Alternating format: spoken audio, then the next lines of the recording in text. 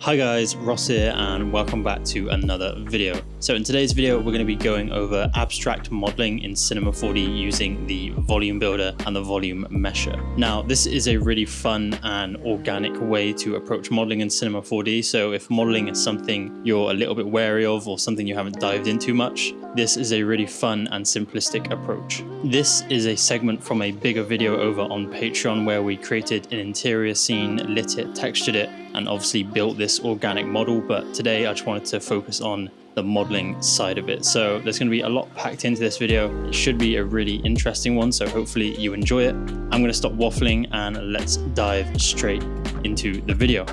Okay, enjoy. Okay, so you can see this is the scene that I made for Instagram, and we're just going to dive straight into a new scene and start to work towards something like this. I'm hoping to use copyright-free assets for this scene, so hopefully I'll be able to share it with you guys. Okay, so let's start off with just changing the height to 1080. So we're working in a lovely landscape format, just so we can kind of go off what I did previously. But I'm actually going to start off with a sphere. Whilst I also add one of those, I'm going to add a figure as well. And I always like to start off with a figure just to give me a sense of scale and kind of figure out how big the scene is going to be. And just from memory, I remember the shape being slightly bigger than the figure. So I'm going to scale this sphere up to something like 150 radius. And that makes it just a little bit taller. Now, you're probably confused as to why we're starting with a sphere. And this is actually going to be the building block for this abstract shape. Because what we can do is we can select our sphere and we can use something called the displacer effector. So if I hold shift while I select this, it will automatically make it a child of our sphere. So that way we don't have to drag and drop it manually, save a little bit of mouse action. We then go into the shading tab of our displacer, and let's just add a noise. And you can see straight away that's starting to deform and displace our sphere. We now have these kind of peaks and troughs around our object. And if I was to crank up the height, you can now really start to see what this displacer effector is doing. Now this looks crazy at the moment. So let's select our sphere again, left click and hold and grab our subdivision surface. And if I hold Alt whilst I select this, this will make this a parent of the sphere. So now you can see this has smoothed it all out, but I'm actually going to bump up the viewport subdivision to 3 levels of subdivision. And now that looks much better. So you could kind of imagine the direction this is going to go in. We're going to play with this displacer and combine a few different spheres with different displacers in order to get our abstract shape. We'll then use the volume builder further down the line to kind of help piece this all together. But for now, let's focus on this displacer effector and get something which we're happy with. So within this displacer effector, there's a few parameters which I like to play with. The main one being the global scale. So you can see as I increase this, you can kind of see the noise moving through our sphere. And you can actually animate this so you can create some pretty interesting results. But I'm just going to scale this up to a point where we get some nice kind of peaks and troughs here without it being too crazy. Something around 1400 looks pretty good for now. We can maybe scale it up a little bit or maybe scale it down just to get a few more dips in there and a bit more variation. But I think I'm actually going to keep it at something like 1500. That looks pretty good. The next thing we could do is we can play with the low clip and the high clip of this displacer. And essentially what that's going to do is if I was to increase the low clip, that's going to clamp the black values of the noise. And because we've got the displacer set to intensity centered, essentially any black values are going to displace inwards and white values will displace outwards. Now, if I change the type to intensity, that's purely just going to displace it outwards, but you get a very kind of boring result. And it's nice when it displaces inwards as well as outwards. So we'll keep that on the default type, go back into our noise, and now you can kind of see how that's starting to work. So when we clamp that low clip down, so now the noise is super dark and you get this big kind of black section here. We're now getting it displaced like inwards and almost reversing on itself. And that's obviously giving us some weird glitches. So we don't quite want that, but we can use it kind of very subtly just to add some more contrast to our displacer. On the flip side, if I was to decrease the high clip, that again is going to boost the white values, which therefore will displace it outwards even more. I think in this case, I'm actually just going to kind of leave them at the default values. Maybe I'll clamp the low clip in a little bit just to add a little bit more contrast in that curve. But aside from that, I'm pretty happy with the result. The next thing we can do is we can play with a seed, and now you can kind of just flick through this for as long as you like until you get a result you're happy with. You can use the up and the down arrows just to quickly flick through these numbers and kind of find something and iterate pretty quickly until you get something you're happy with. So I'm just going to flick through this, and that actually is a pretty interesting shape. So is this one here. They're kind of similar to the original one that I had. I'm actually going to start off with this one and give us that nice kind of vertical height, and then we can kind of pad it out on the left and right with some additional shapes in a minute. There you go, that's the seed. The final thing we can do is obviously play with the noise type. So I can flick through these and just see what different results it gives us. Some are going to be absolutely crazy and we probably won't want to use, and some may give us some really cool results. Again, it's worth flicking through the different seeds of each of these noises to see what results you get, because it will completely change the overall look. And obviously at the moment we're using quite a large scale, so you're losing a lot of the detail of these different types of noises. But it's still good to flick through and see what you can get. They do all have their own kind of character and personality. There was one I saw a minute ago that I quite liked the look of. Let me try to find it. I think that's pretty cool. That's actually really cool. I think I'm going to go with that one. That's pretty abstract, looks pretty cool, and we can work with this.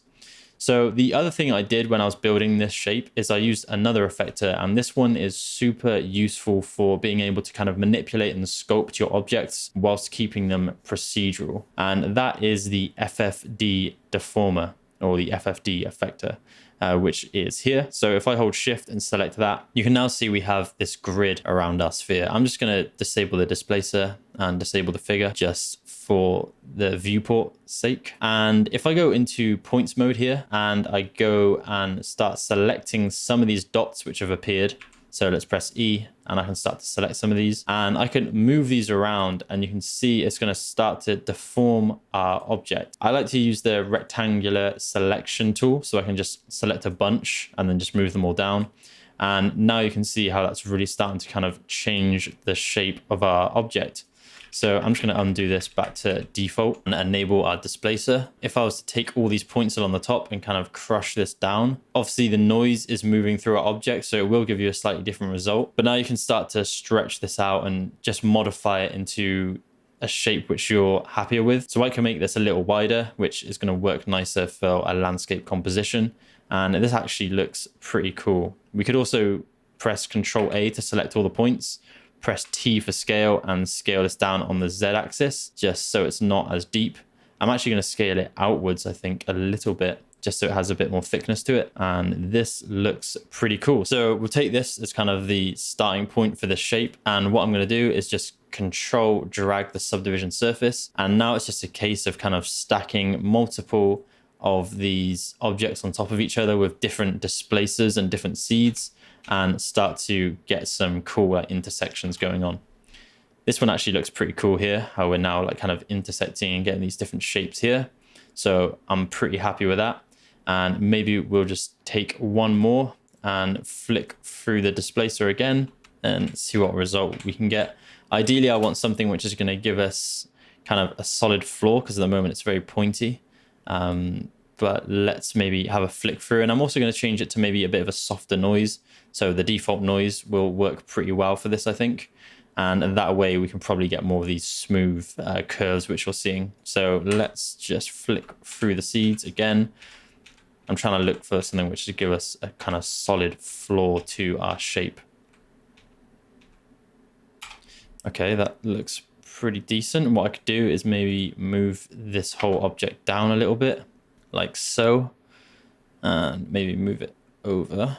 And what we could do is take the FFD, select all these points on the right hand side, move that over, and maybe also just shrink it down on the height a little bit so it kind of just focuses towards the bottom, and that looks pretty good. This is kind of looking a little bit wild at the moment, admittedly. Maybe I would bring that width out a little bit, maybe move one of these over like so, And I'm actually going to press the middle mouse button on my mouse, and that will open all 4 views.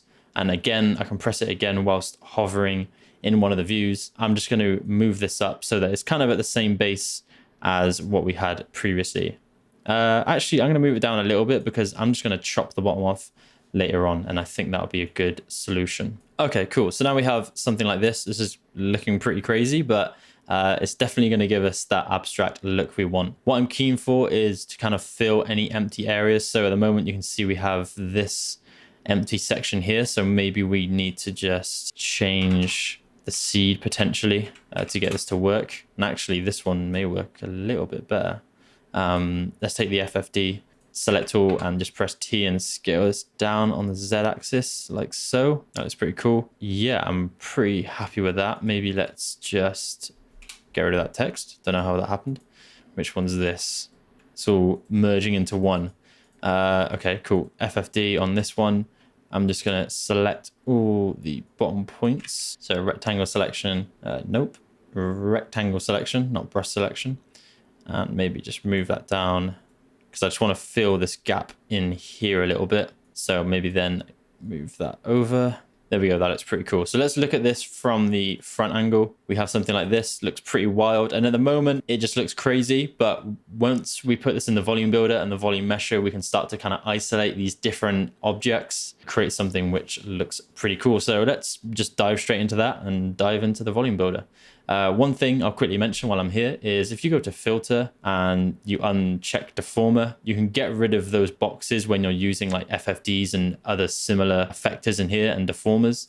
And that way you can just kind of keep your viewport a little bit neater. I will just re-enable it just for now, but it's always there if you need to kind of clean the viewport up a little bit. So I'm going to take all these spheres out of the subdivision surfaces. We don't need those for now. And it's going to go back to our lovely low poly janky shape. And this looks like a mess. So let's fix this. So let's get a volume builder and let's hold Alt and select a volume mesher to make it a parent. And let's just drag all these spheres into the volume builder. And what that's going to do is it's going to merge them all together like so. So now it looks slightly better, but it's still super janky. So let's go to the volume builder and we have this lovely voxel size parameter here. And essentially the lower you go with the number, the higher the resolution is going to be. If I went to display and quick shading lines, you can see the current topology of our object, and this doesn't look great. So you can see if I drop this down to something like 3, now we have a lot more resolution. We're kind of getting closer to the original shape we had. We're getting more of that detail come through,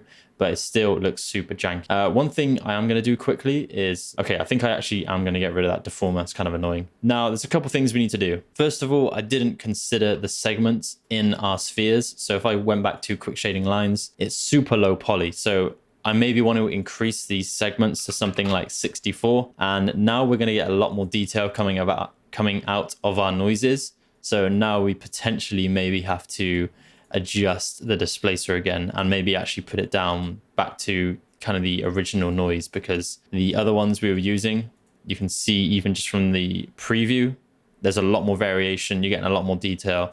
And I don't really want that for this particular shape. I want it to feel nice and smooth and fluid.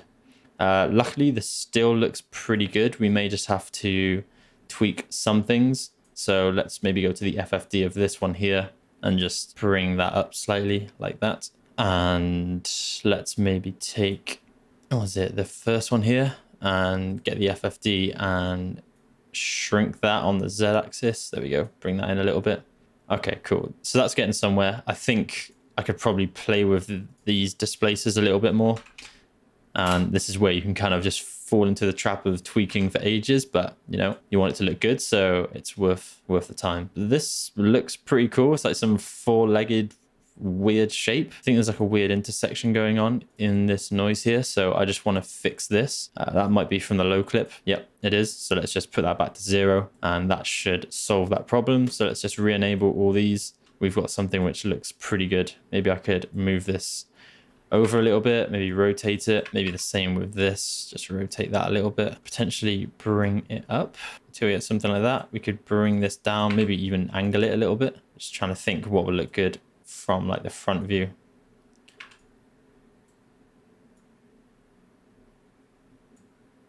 Something like that may work potentially. I'm going to shrink the FFD on that, I think. So Control A on all the points, just shrink that down. There we go. Just so it doesn't stick out as much at the front. Pretty good. Okay, cool. I could fiddle with this all day, but I don't want this video to be hours and hours long. So let's disable the deformer, re-enable the volume builder and the mesher.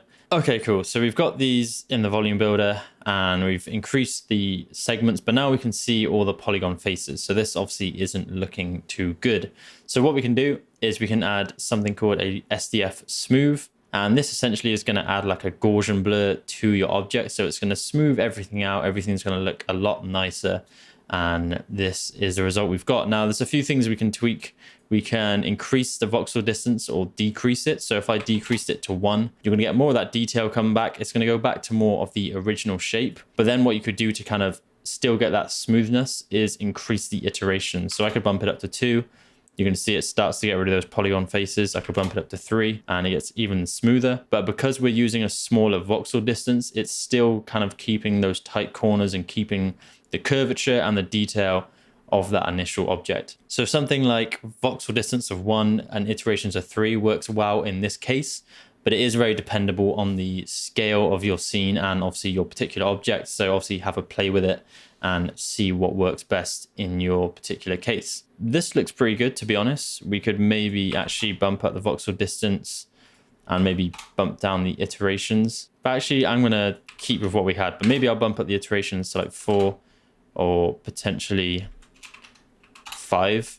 That looks pretty good. That's pretty smooth now. We can work with this. So let's start to split these out into kind of their separate objects and their separate islands. And that way things are going to look a little bit nicer. So I'm just going to rename these Sphere 1, Sphere 2, and Sphere 3. And what I'm going to do is get a new volume builder, hold Alt and select volume mesher to make it a parent. And I'll just quickly set up the same settings. So SDF smooth 1, not 45, but 5. There we go. And instead of control dragging these spheres, we can actually just drag them into the box here, and that will reference them from the original objects. So if we ever make any changes, it will then copy it across to the new volume mesher. So they kind of act almost as instances. So let's just hide the new one and let's start to kind of build on this first one. So you can see we have this mode set to union. I'm going to change this to subtract. And the same with Sphere 3.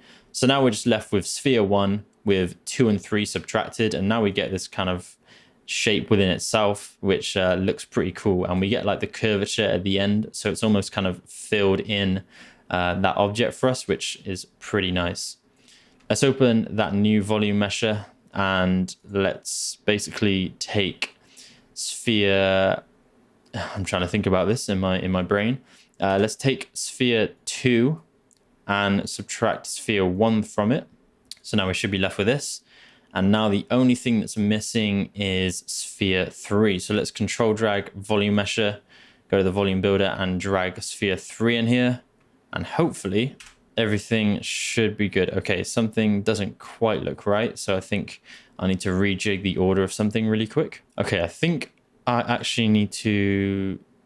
Yeah, instead of subtracting 1, I think I need to subtract 3. Let's have a look. There we go. Cool. All right, so now we have those 3 islands, and you can see now we've got a much more interesting result because it's almost like split them out into their separate objects, and you're getting them kind of wrapped around each other. You've got like their own layers to them. It looks super, super cool. And because we've basically referenced the original objects across all 3 of these volume builders and volume meshes, we can just edit these original objects. So I could go into the displacer, change the seed, and it's just going to update it across all the volume meshes for us. So this makes it a super quick and easy way to be able to like manipulate this shape and just play with these objects. So once we've set it up once, like we just have, we can now kind of go through and just play with this and kind of really finesse it and get a shape that we're happy with. I was pretty happy with it anyway, but I am going to have a little play just to see how it looks. That is pretty cool. Maybe we could then go to shape 3. Have a play with this. See if we can get something that just pads out the thickness on it. That looks pretty cool, but it's very, it's not giving us any width. And this will be probably a little bit slow because we are using a fairly high resolution mesh. So what you could always do for the time being is just disable all the volume builders and the volume meshes and just play with the spheres. And that will just allow you to get a proper look at how everything's looking. Let's just bring our deformer back. I was wondering why it wasn't showing. There we go. Maybe stretch this out. There we go. It's going to give us more of a building block. And let's re-enable everything. Hide the deformer. This looks pretty cool. I think I'll just fix this one sphere here. Go to deformer and FFD. Is it even this one? Yeah, I think it is. FFD, and let's just select these here and maybe just move that in slightly just so we get a bit more detail, and maybe just shrink this on the back end of it a little bit. Cool. So let's just re-enable everything. Like I said, you could play with this all day. I don't want this video to be super long, so I'm just going to leave it as is. So I'm going to select all of these. So control click all of them, press Alt G to put it into a null. And now we've just got them all in one lovely folder.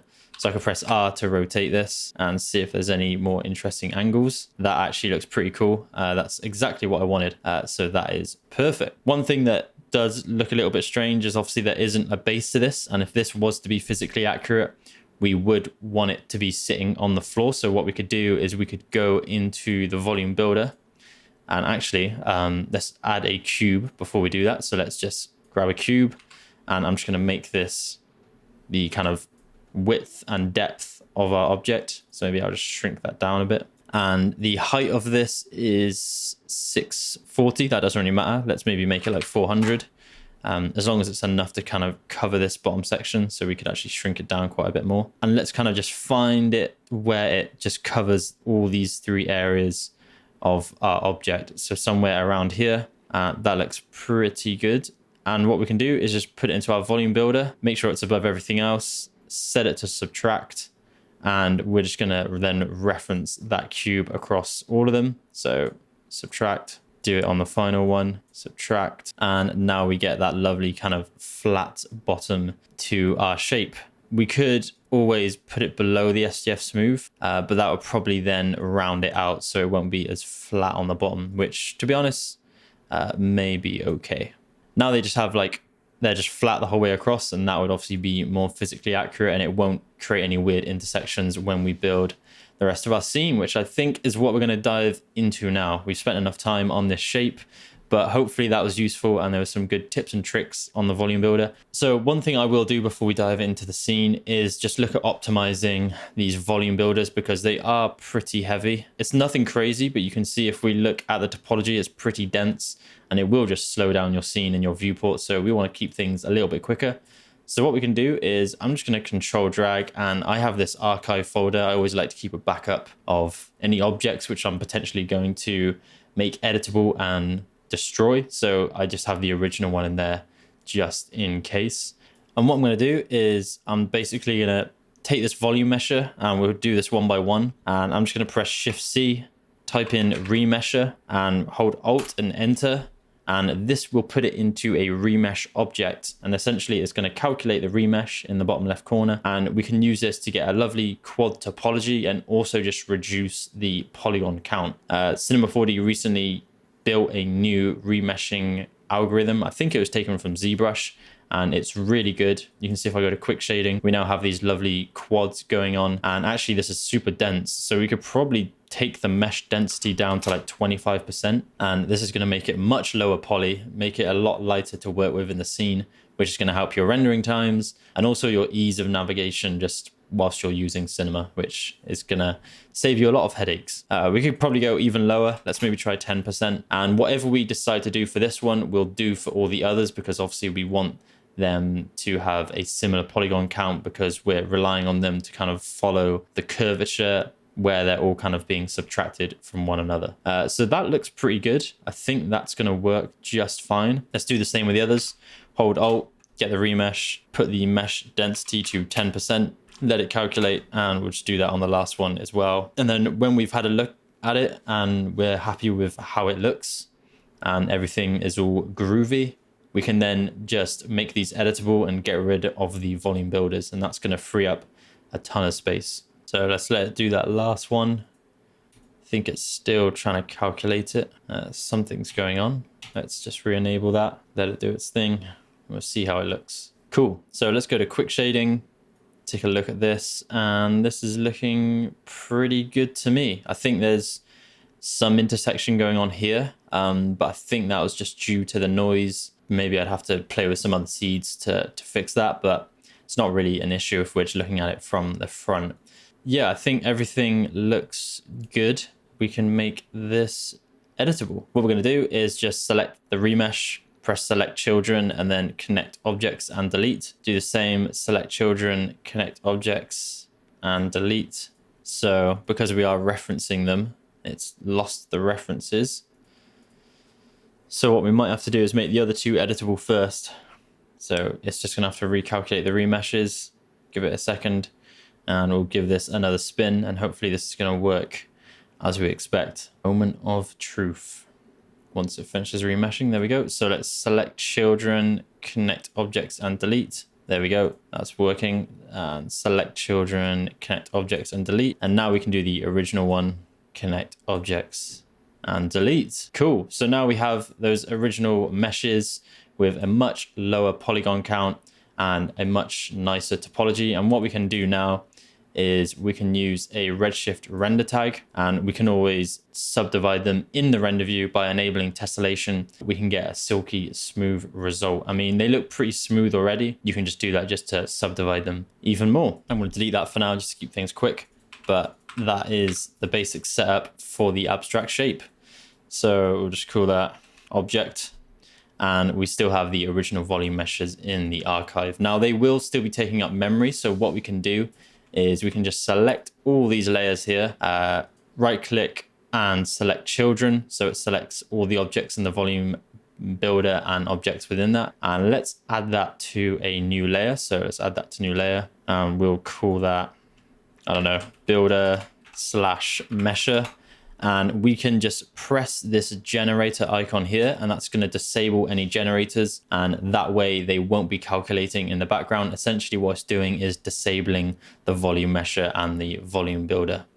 And there we go. That should just free up a bit of memory and keep things a bit quicker. All right, so we got the basic shape set up with it split out into its islands. Let's start to build the room. So thank you for watching this video. Hopefully you found it useful and there was some tips and tricks in this video that you can apply to your own work. Like I said, this is a segment from a Patreon video. So if you're interested in learning more about building an interior, lighting it, texturing it, and rendering an animation, then you can go and check that out over on Patreon. But I just want to say thank you again for watching the video. Let me know what you think in the comment section down below. Enjoy the rest of your day wherever you are in the world, and I will catch you in the next one. Peace.